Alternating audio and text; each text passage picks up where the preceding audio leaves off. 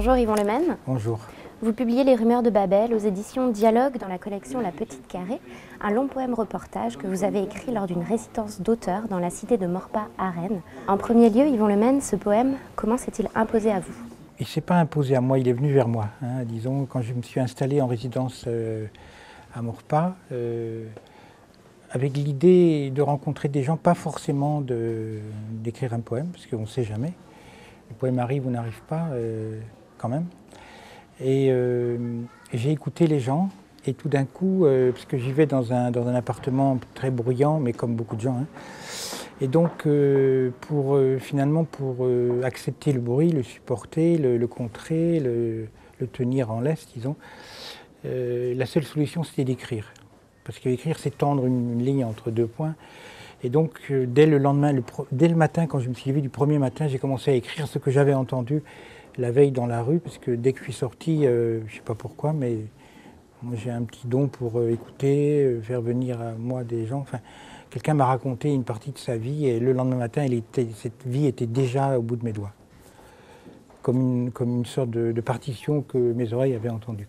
Lors de cette résidence, vous êtes allé à la rencontre de personnes, justement, de vieilles femmes dans une maison de retraite, d'un homme qui sortait de prison. Vous avez parlé à vos voisins, aux gardiens d'immeubles. De quelle manière la rencontre, la confrontation avec l'autre, la curiosité que l'on exerce sur l'autre, nourrissent-elles votre poésie? Parce que je crois que la curiosité, on disait quand j'étais petit que c'était un vilain défaut, mais je pense que c'est exactement le contraire, c'est s'intéresser aux autres. Alors pour s'intéresser aux autres, il faut une seule chose, je pense, ne pas être trop prisonnier de soi. Voilà, si on est en dépression, par exemple, c'est pour ça que les gens qui vivent des dépressions, la seule solution, c'est peut-être, mais c'est difficile, de s'oublier pour aller dans la vie de l'autre. Et donc il se trouve que j'étais plutôt en bon état, dans un état, pas un état de, comme on dit en bouddhisme, un état de Bouddha, presque un état d'éveil, disons, voilà. Et regarder les autres, non pas au-dessus, en pensant que j'étais dans un quartier pauvre, avec des gens malheureux, etc., non, en face. Les yeux dans les yeux, quoi, les oreilles dans les oreilles et le cœur dans le cœur. Et je crois que les gens l'ont su et m'ont raconté assez rapidement leur vie, jusqu'au plus profond même. La preuve, le prisonnier, qui a fait 22 ans de prison, pas pour rien donc, qui m'a raconté avec une confiance totale ce qu'il avait fait, quoi. Et les vieilles dames magnifiques, l'une d'entre elles m'a même invité à visiter sa chambre. Vous offrez ici à lire presque un nouveau genre littéraire, la poésie-reportage. Vous employez des mots, évoquez des situations qui peuvent surprendre dans l'imaginaire que l'on se crée autour de la poésie. Est-ce une démarche volontaire que de ne pas laisser la poésie dans les hautes sphères dans laquelle on la place si souvent? Moi, je ne l'ai jamais placé là, de toute façon. J'ai peut-être 10 000 livres de poésie chez moi, donc, qui vont des poètes les plus complexes aux plus, entre guillemets, simples, entre guillemets, jusqu'à la chanson, qui, par son énergie, déclenche aussi en nous un poème, donc, mais dont les paroles ont l'air d'être pauvres. Donc moi, je n'ai pas un point de vue hiérarchique sur le poème. On a besoin de différents poèmes, selon le matin, le soir, selon ce qu'on vit, etc. On ne lit pas les poèmes à la même heure de la journée et dans les mêmes états du cœur.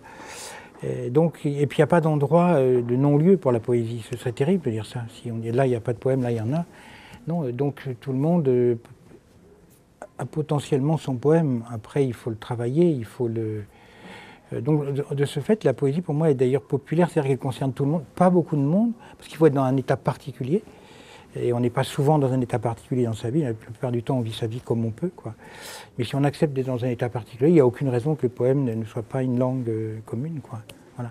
Et moi je peux écrire des poèmes très brefs qui évoquent le vol d'un oiseau qui m'éblouit le matin, et puis un long poème qui raconte à ce moment-là plutôt la longue vie de gens qu'on n'a pas encore écoutés, quoi. Vous questionnez beaucoup l'altérité, 54 nationalités qui cohabitent dans la cité de Maurepas, et vous prouvez que malgré les différences, les êtres humains, peu importe leurs origines, sont des personnes similaires.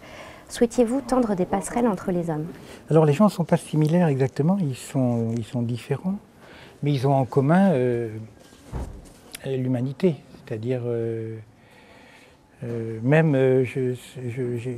cet après-midi, j'ai repensé à une phrase de Louis Guillou qui dit « Même ton ennemi est un homme ». Alors à partir de là, il y a de la marge. Donc il y a une humanité commune. Moi j'ai beaucoup voyagé, à la fois dans dans mon village, voyager, c'est traverser la route, c'est tout simplement ça. Et dans des pays lointains. Et je dis dans un autre livre, va à l'étranger comme chez ton ami et chez ton ami comme à l'étranger. Et à partir de là, il y a une humanité commune, quoi. C'est-à-dire les mêmes peurs, les mêmes joies. Donc si on traite mal les gens, ben, ça va pas, quoi. C'est tout. Hein. Les gens se révoltent, pas assez d'ailleurs. Et malgré leurs 54 langues différentes, leurs religions différentes, etc., il y a un champ commun et il y a aussi une fracture commune qui fait que soit on va vers le bien commun, soit on n'en veut pas parce qu'on ne nous a pas entendus, alors on se réfugie dans nos tribus, quoi, et dans nos clans. De multiples sujets traversent votre poème, on peut en retenir certains, le bruit, le chômage, la précarité, la violence aussi. Les rumeurs de Babel existent-elles également pour lancer un cri d'alarme? Alors il n'y a pas que ça, hein. Il y a aussi la joie, les enfants, hein, les sourires, les vieilles dames, enfin bon voilà. Alors c'est marrant parce que on parle actuellement de lanceurs d'alerte là, hein, qui disent qu'à Panama on planque tout l'argent qu'on nous a volé, etc. Alors je ne sais pas, mais c'est probable, hein, parce que je sais que mon poème a été très lu à Rennes, à la fois dans Maurepas. L'autre jour, j'ai fait un spectacle à Maurepas, il y avait 200 personnes et j'ai dû vendre 100 bouquins. Et sur les 100, il y a 50 ou 60 personnes de Maurepas qui ne sont pas très riches, qui ont acheté le livre, et aussi au niveau de ceux qui gèrent la ville.